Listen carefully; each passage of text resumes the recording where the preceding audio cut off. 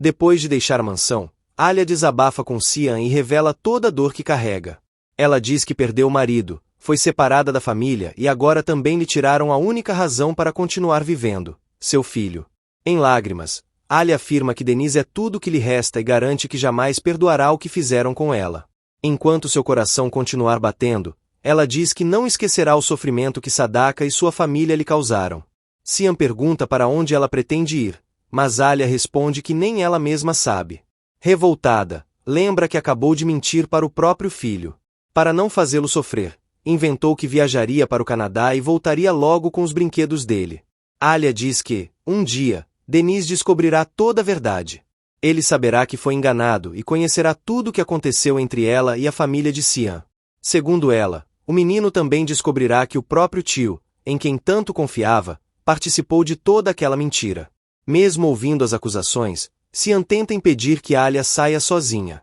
Ele insiste em levá-la até um lugar seguro, preocupado com o estado emocional dela. Alia se recusa e tenta ir embora, mas Cian a pega nos braços e a coloca no carro à força para protegê-la. Irritada, ela exige que ele a solte imediatamente, chama sua atitude de absurda e manda que abra a porta.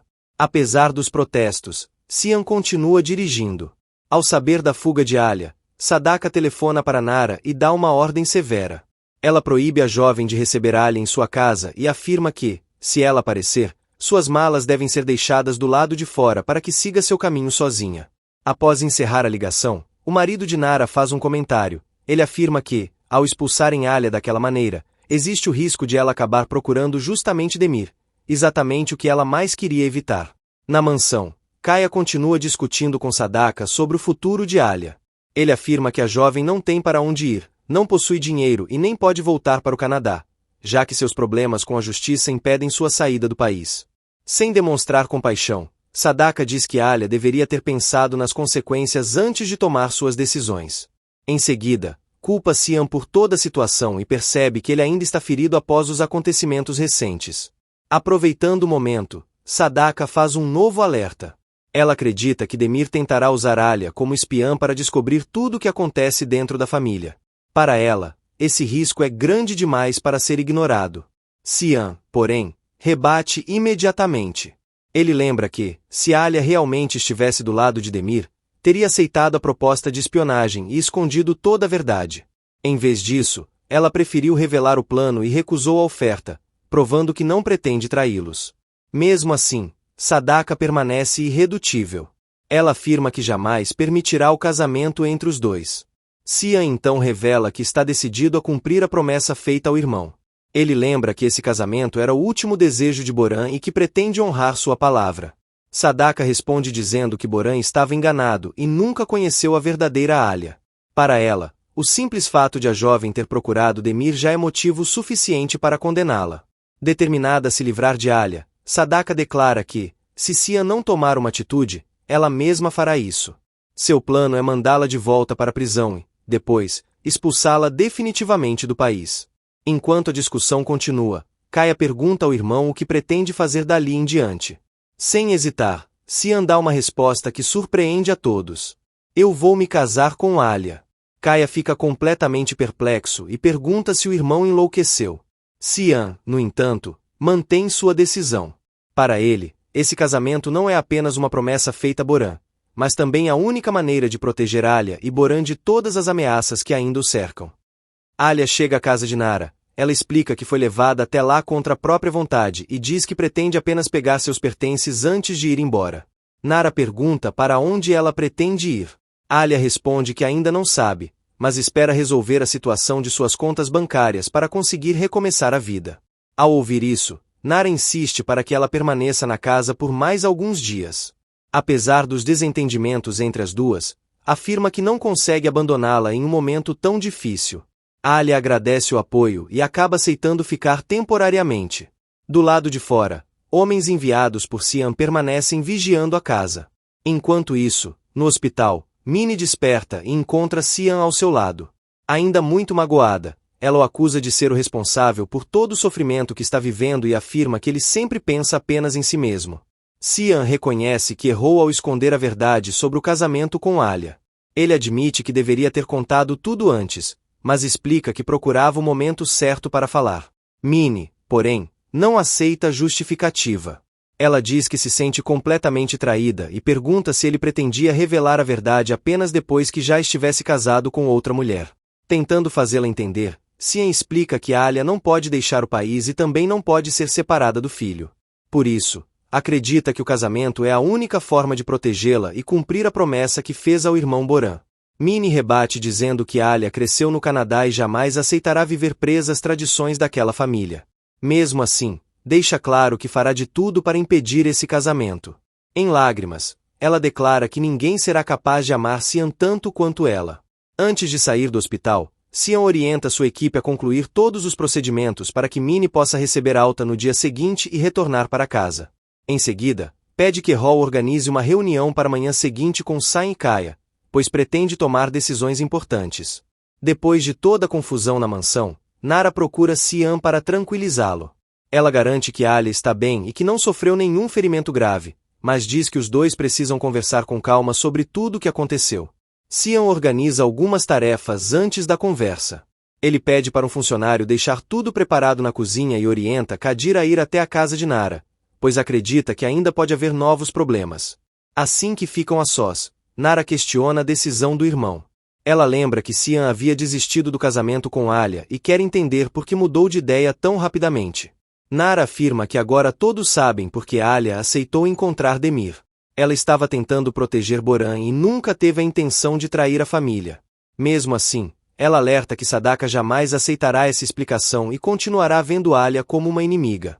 Na opinião de Nara, o melhor seria cancelar o casamento de uma vez por todas. Ela insiste para que Cian abandone esse plano antes que a situação fique ainda mais perigosa. Cian então mostra a irmã um vídeo de Boran, antes de sua morte. No vídeo, Boran faz um pedido emocionante.